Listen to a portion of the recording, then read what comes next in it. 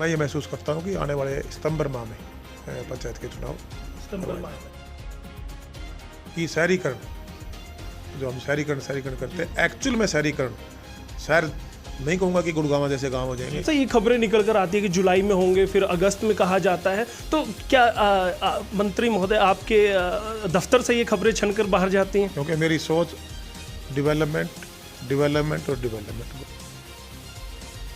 आप मेरे से बहुत बड़ी उम्मीदें कर सकते हो। कि चौधरी हैं, अपने सर पर चौधर का सेहरा बांधना चाहते हैं, उनको कहीं ना कहीं एक डर भी है कि जो पहले ड्रा हुए हैं वो कैंसिल होंगे दोबारा। अभी नगर निकाय चुनाव हुए हैं, उसके बाद अब गांव की बात की जाए, गांव देहात में हर दूसरा व्यक्ति जानना चाहता है कि पंचायती चुनाव कब होंगे। इसी सवाल का जवाब ढूंढने के लिए हम जब निकले तो बहुत सारे सोशल मीडिया पर अफवाहें हैं कि जुलाई में होंगे, अगस्त में होंगे, ड्रा दोबारा होगा, लेकिन कुछ भी ऑफिशियल जानकारी नहीं है। तो आज हम विकास और पंचायत मंत्री देवेंद्र बबली के पास पहुंचे हैं, उनसे ही जानेंगे कि कब चुनाव होने वाले हैं। स्वागत है सर आपका। धन्यवाद। बहुत जल्दी हमारी तरफ से तैयारियां पूरी हो चुकी हैं, लगभग फाइल मेरे से भी साइन होकर माननीय मुख्यमंत्री तक जा चुकी है। एक बार लास्ट मीटिंग माननीय मुख्यमंत्री की अध्यक्षता में होनी बाकी है और उसके बाद इलेक्शन कमीशन हमारी तरफ से केस फॉरवर्ड हो जाएगा। तो इलेक्शन कमीशन का अधिकार क्षेत्र है और मैं ये महसूस करता हूँ कि आने वाले सितंबर माह में पंचायत के चुनाव सितंबर माह में। तो कहाँ से ये खबरें निकल कर आती है कि जुलाई में होंगे, फिर अगस्त में कहा जाता है, तो क्या मंत्री महोदय आपके दफ्तर से ये खबरें छनकर बाहर जाती हैं?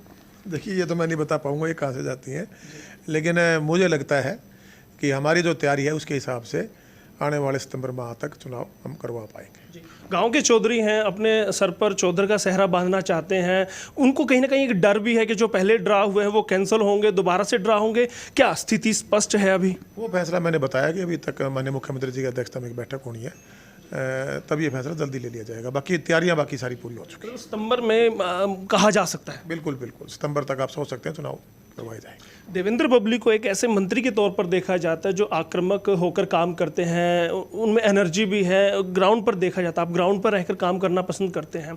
जब एक नेता होता है वो चाहता है कि जब मंत्री बनेगा तो वो कुछ करके दिखाएगा अपने विभाग में। आपसे क्या उम्मीदें कर सकती है जनता? अग्रेसिव होकर काम करेंगे, कुछ विकासात्मक काम करेंगे? आप मेरे से बहुत बड़ी उम्मीदें कर सकते हो, क्योंकि मेरी सोच डेवलपमेंट और डेवलपमेंट, गुणवत्ता के साथ काम करवाना है। आज जिस पद पर माननीय मुख्यमंत्री जी ने अपने कैबिनेट में मुझे जिम्मेवारी दी है, हमारी पार्टी ने मुझे जिम्मेवारी दी है, मैं उस जिम्मेवारी को बाखूबी निभाने पे लगा हुआ हूँ।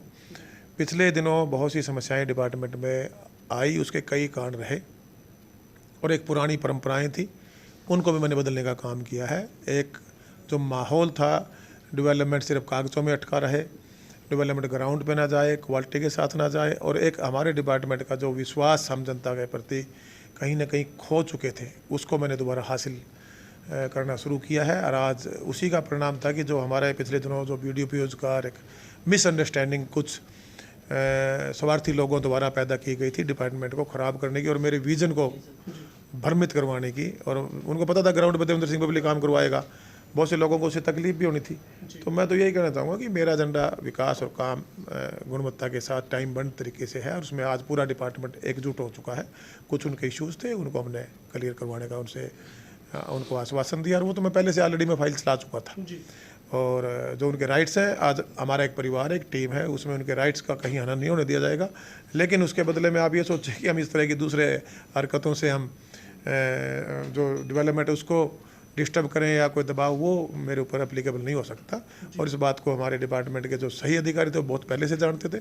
कुछ लोगों के दिमाग में भ्रांतियाँ थी, वो भी अब पिछली 2-3 मुलाकातों में ठीक हो चुके हैं। उनका भी विजन क्लियर हो चुका है कि हमें डेवलपमेंट गुणवत्ता के साथ टाइम बाउंड तरीके से हरियाणा प्रदेश की जनता को देनी है। ये सरकार की मंशा है, 0 टॉलरेंस पे हम काम करें। और उनको उस बात को उन्होंने मुझे आश्वस्त किया है कि हम जो पिछले समय में जो भी काम हमारे कहीं डिस्टर्ब हुए हैं उनको 2 घंटे एक्स्ट्रा काम करके और सैटरडे संडे काम करके ग्राम सचिव हों, चाहे हमारे BDP हों और अधिकारी कर्मचारी, सब ने मुझे आश्वस्त किया है कि हम अब आपकी सोच के साथ, आपके विजन पर सब मिलकर गांव में हम डेवलपमेंट लेकर जाएंगे। मंत्री महोदय, आप खुद ग्रामीण प्रवेश में रहे हैं, करीब से आपने उस गांव देहात को देखा है। कौन से ऐसे 3 काम हैं जो प्रायोरिटी पर रहने वाले हैं, जिन पर आप सबसे ज़्यादा काम करने वाले हैं? देखिए, मूलभूत सुविधाएं हैं, जैसे हर घर में जो सरकार की मंशा जल जीवन मिशन के तहत लगभग मैं कह सकता हूँ ढाणियों को छोड़ के 80-85% हम शुद्ध जल, हर घर नल और हर घर शुद्ध जल दे चुके हैं। कहीं कमी है, उसको भी हम पूरा करने में लगे हुए। इसी तरह बिजली, अगर लाइन लॉस कम है तो वहाँ 16 घंटे से लेके हम 20, 22 और 24 घंटे वाले तो मैं नहीं कह सकता, लेकिन 20-22 घंटे वाली बिजली हम गाँव में दे चुके हैं। कुछ ढाणियों को इशूज़ हैं, हम उनको पूरा करने में लगे हुए हैं। उसके बाद मूलभूत सुविधाओं में सड़कें, गली नालियों की बात आती है, साफ़ सफाई की बात आती है। ग्रे वाटर एक बहुत बड़ी मैनेजमेंट की एक बहुत बड़ी समस्या है, जो पिछले 2-3 दशक से किसी ने ध्यान नहीं दिया। हमने इस गठबंधन में सरकार में कहूँगा या मेरे आने के बाद जो प्लानिंग पहले से थी उसको इम्प्लीमेंट कराने का फोर्सफुली और उसको एक टाइम बंद तरीके से और बड़े स्केल पर, उसको भी एंड टू एंड रिजल्ट पे हमने बहुत सी एजेंसियां बुलाई हैं जो पानी का हम उसको जो TDS उसका बहुत ज़्यादा है उसका हम रीयूज कर सकें। खेती में करना है या उसके अंदर हम गांव में एक सेल्फ सस्टेन के लिए वहाँ उन जोड़ों को अच्छी तरह से ग्रे वाटर के माध्यम से उनको ठीक करा के उस पानी में हम एक इनकम सोर्स पैदा कर सकें फिशिंग के झींगा फार्मिंग के थ्रू, उस पर भी हमने पूरा प्रपोजल बनाया है। इसी प्रकार शिक्षा के क्षेत्र में स्कूलों का सुधारीकरण हो और उसके साथ ई-लाइब्रेरी माननीय मुख्यमंत्री जी ने पिछले बजट सेशन में एक बहुत बड़ा तोहफा दिया। 1200 हमने शुरुआत करा दी और बिल्डिंगें चिन्हित हो गई, उनका काम हम शुरू करा चुके हैं। टेंडर प्रोसेस लगभग हमने कंप्लीट कर लिया है। आने वाले 3-4 महीने में उसकी डिलीवरी आपको ग्राउंड पे दिखेगी, जो एक बहुत बड़ा फायदा हमारे पढ़ने वाले बच्चों को मिलेगा। उसमें हमारी बेटियों को एक बहुत सुविधा मिलने जा रही है। ऐसी भी प्रकार जिम है, युवाओं को नशे से बचाने के लिए भी एक आधुनिक जिम हमने देने का काम किया है।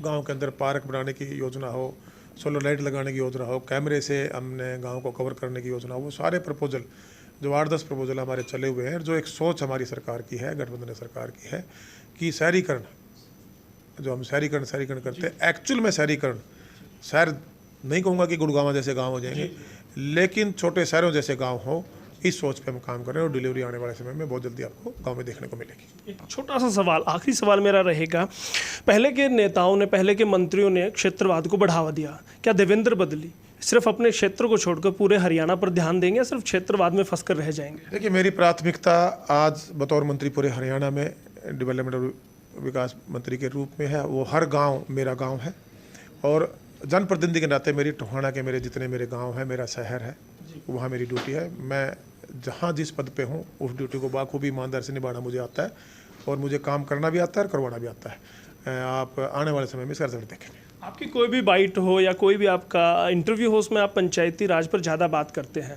आपके पास पुरातत्व विभाग भी है, लाइब्रेरी भी है, क्या उनके साथ भी आप उतना ही उनके निष्पक्षता से उनके लिए भी काम कर पाएंगे? बिल्कुल, मैंने उसमें भी टाइम देना शुरू किया है। स्टार्टिंग में हमारे ACS वगैरह चेंजेस थे, लेकिन जितना टाइम मुझे देना चाहिए अभी मैं खुद ये मान रहा हूँ वहाँ मैं कम दे पा रहा हूँ, उसको भी हम बढ़ाने जा रहे हैं। मैं पूरे हरियाणा का भी विजिट भी नहीं कर पाया, 3-4 डिस्ट्रिक्ट में गया हूँ। ये इसमें भी एक बहुत बड़ा स्कोप है। जो हमारे हरियाणा में पुरानी हमारी धरोहर है, जो हमारे हरियाणा की एक पहचान है, जो इतिहास में एक बहुत बड़ा हरियाणा का एक नाम है, उसको भी इस डिपार्टमेंट के माध्यम से उन चीज़ों को आगे लेकर आएंगे। और उसके साथ साथ इसमें टूरिज़्म भी इसके साथ जुड़ेगा। और एक विज़न है माननीय मुख्यमंत्री जी का, उस पर हमारी कैबिनेट के बाद चर्चा हुई थी। हमारे टूरिज़्म को भी इसके साथ जोड़ के हमारे हरियाणा का एक जो पुरानी इतिहास है वो भी सामने आए, हमारी संस्कृति का भी उल्लेख हो और साथ में इसके साथ रोजगार भी हम हरियाणा में लेकर आए, उस पर भी हम काम करने जा रहे हैं। तो उम्मीद की जा सकती है कि जब देवेंद्र बबली फुल फ्लैश काम करेंगे तो चमत्कारिक नतीजे सामने आएंगे? मुझे उम्मीद है इसमें भी रिजल्ट आएंगे। बहुत बहुत धन्यवाद करूँगा कंचन टीवी से बात करने के लिए। Thank you. तो देवेंद्र बबली हैं, चिरपरिचित अंदाज में बात करते हैं, कहते हैं कि वो पंचायती राज नहीं, जितने भी विभाग उनके पास है सभी के साथ वो न्याय करेंगे। और हाँ, उनका जैसा अंदाज है, जिस तरह से वो काम करते हैं ग्राउंड पर रहकर, क्योंकि ग्रामीण परिवेश से वो आते हैं, तो इन जो परेशानियां हैं उनको करीब से उन्होंने देखा, तो उनको बदलाव करने के लिए, उनको दूर करने के लिए वो प्रयास करेंगे। और ऐसा उनका प्रभार संभालने के बाद दिखाई भी देता है। तो उम्मीद करेंगे कि जल्द हरियाणा में एक नए आयाम स्थापित उनका मंत्रालय करे और वो क्या बदलाव करते हैं समय समय पर कंचन टीवी आपको दिखाता रहेगा। बस निवेदन करेंगे हमारे चैनल को आप फॉलो करें, लाइक करें, कमेंट करें। दोस्तों, हम YouTube, Twitter, Instagram, LinkedIn, Cooper सभी प्लेटफॉर्म पर हम हैं। सभी वीडियोज़ को हमारे शेयर जरूर करते रहिए। बहुत बहुत धन्यवाद। कंचन टीवी के लिए यशपाल कंचन।